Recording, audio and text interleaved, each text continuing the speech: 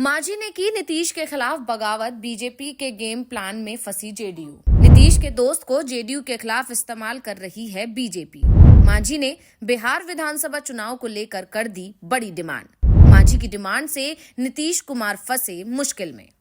बिहार में इसी साल विधानसभा चुनाव होने हैं और नीतीश कुमार की प्रगति यात्रा से साफ हो गया है कि वो अब पूरी तरह से चुनावी मूड में है। जेडीयू की तरफ से साफ कर दिया गया है कि चुनाव नीतीश कुमार के नेतृत्व में ही लड़ा जाएगा।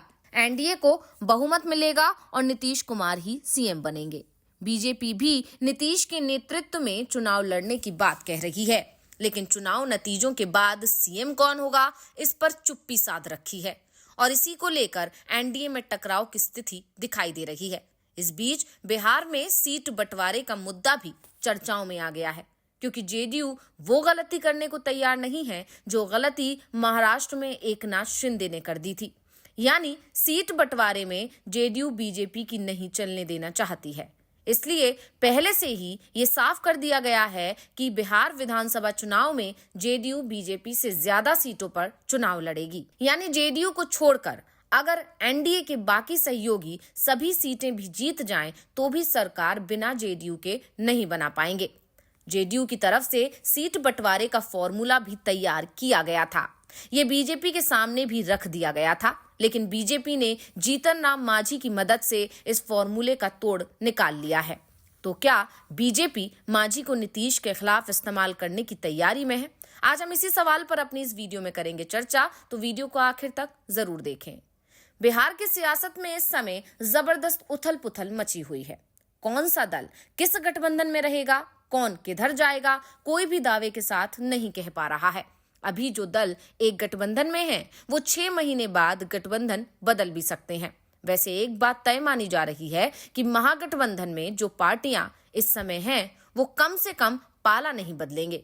पाला एनडीए में शामिल पार्टियां ही बदल सकती हैं। इस बीच एनडीए के अंदर नीतीश कुमार के खिलाफ साजिश भी की जा रही है और जेडीयू को भी इस बात का एहसास हो रहा है कि उनके साथ कुछ गड़बड़ होने वाली है, क्योंकि इस समय जीतन राम मांझी जिस तरह की भाषा बोल रहे हैं, उससे साफ दिख रहा है कि वो नीतीश की ही परेशानी बढ़ाने वाले हैं। एनसीपी में शामिल हम के चीफ जीतन राम मांझी ने चुनाव को लेकर अभी से ही प्रेशर पॉलिटिक्स शुरू कर दी है। उन्होंने आगामी विधानसभा चुनाव में 20 सीटों पर चुनाव लड़ने की इच्छा जाहिर की है। मांझी ने कहा है कि हमारी पार्टी के कार्यकर्ता चाहते हैं कि हिंदुस्तानी आवामी मोर्चा सेकुलर 40 सीटों पर चुनाव लड़े। हम पार्टी कार्यकर्ताओं की इच्छा के खिलाफ नहीं जाएंगे। फिर भी अगर 20 सीट भी हमको मिलती हैं, तो भी हम इसे स्वीकार कर लेंगे। मांझी के तेवरों से साफ है कि इस बार वो कम से कम 20 सीटों से कम पर संतुष्ट नहीं होंगे। उनकी ये मांग एनडीए गठबंधन में तनाव पैदा कर सकती है। 2020 के चुनाव में मांझी की पार्टी ने 7 सीटों पर चुनाव लड़ा था, जिसमें से 4 में उसे जीत मिली थी। हालांकि इस बार चिराग पासवान भी एनडीए के साथ हैं। पिछले चुनाव में पासवान की लोक जनशक्ति पार्टी यानी लोजपा ने 137 सीटों पर स्वतंत्र रूप से चुनाव लड़ा था, लेकिन उसे सिर्फ 1 सीट पर जीत मिली थी। एलजेपी के 9 उम्मीदवार दूसरे स्थान पर रहे, लेकिन चिराग के चलते जेडीयू को जबरदस्त नुकसान उठाना पड़ा था। मांझी ने कहा कि जल्द ही वो गांधी मैदान में पार्टी का कार्यक्रम करेंगे। वहां जो फैसले लिए जाएंगे वो बाध्यकारी होंगे। अब आपको बताते हैं कि मांझी के बयान से जेडीयू कैसे मुश्किल में दिखाई दे रही है। दरअसल इस बार जेडीयू की तरफ से एक फॉर्मूला तय किया गया है, जिसमें बीजेपी और जेडीयू के बीच सीटों का बराबरी का बंटवारा किया जाना है। जेडीयू अपने कोटे की सीटों में से मांझी और उपेंद्र कुशवाहा को सीटें देगी, तो बीजेपी चिराग पासवान को। जेडीयू अभी तक ये मान रही थी कि वो मांझी और कुशवाहा को 1 दर्जन सीटों के अंदर समेट देगा। ऐसे में जेडीयू के हिस्से में 110 सीटें बची रहेंगी, जबकि बीजेपी के लिए चिराग को कम से कम सीटों पर मनाना आसान नहीं होगा। लेकिन अब मांझी की तरफ से जो डिमांड सामने आई है, उसने नीतीश की नींद उड़ा दी है। इसका सीधा सा कारण है कि अगर वो 20 सीट हमको देंगे, तो उपेंद्र कुशवाहा की पार्टी आरएलपी को भी इतनी ही सीट देनी पड़ेगी।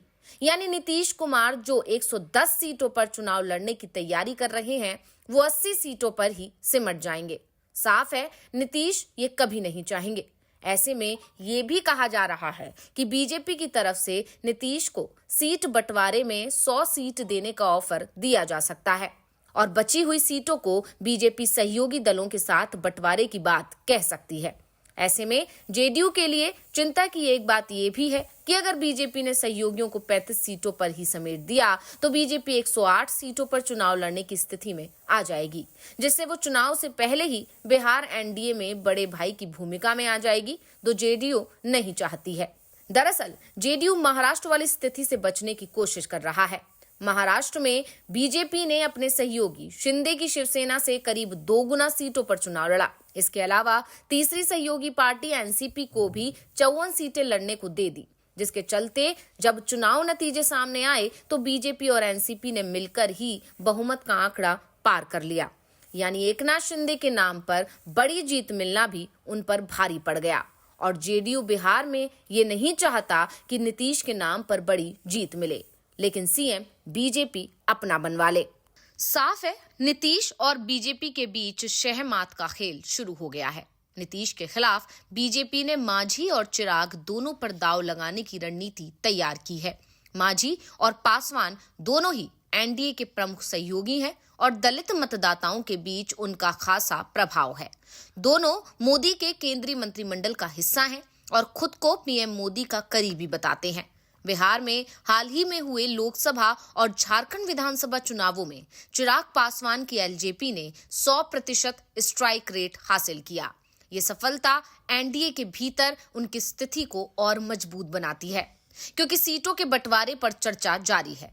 एनडीए में सीटों की दावेदारी पर सियासी जानकारों का कहना है कि भाजपा को सभी घटक दलों को साथ लेकर चुनौती बन चुकी है। चिराग की स्थिति पहले से बहुत मजबूत हुई है। मांझी का भी सियासी कद बढ़ा है। एनडीए में सीएम नीतीश की अहम भूमिका है। एक भी घटक दल गठबंधन से किनारा करता है तो बिहार के आगामी चुनाव में काफी नुकसान हो सकता है और इसी के चलते विधानसभा चुनाव के मद्देनजर भाजपा शीर्ष नेतृत्व सीट बंटवारे को लेकर मंथन कर रही है, जिससे एनडीए को सियासी नुकसान से बचा सके।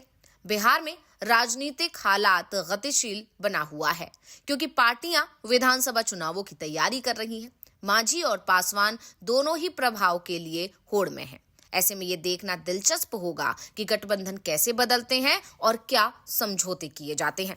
तो रिपोर्ट आपको कैसी लगी, हमें कमेंट करके अपनी राय जरूर दीजिएगा। इसी के साथ वीडियो को लाइक करें, वीडियो को शेयर करें और चैनल को सब्सक्राइब करना ना भूलें।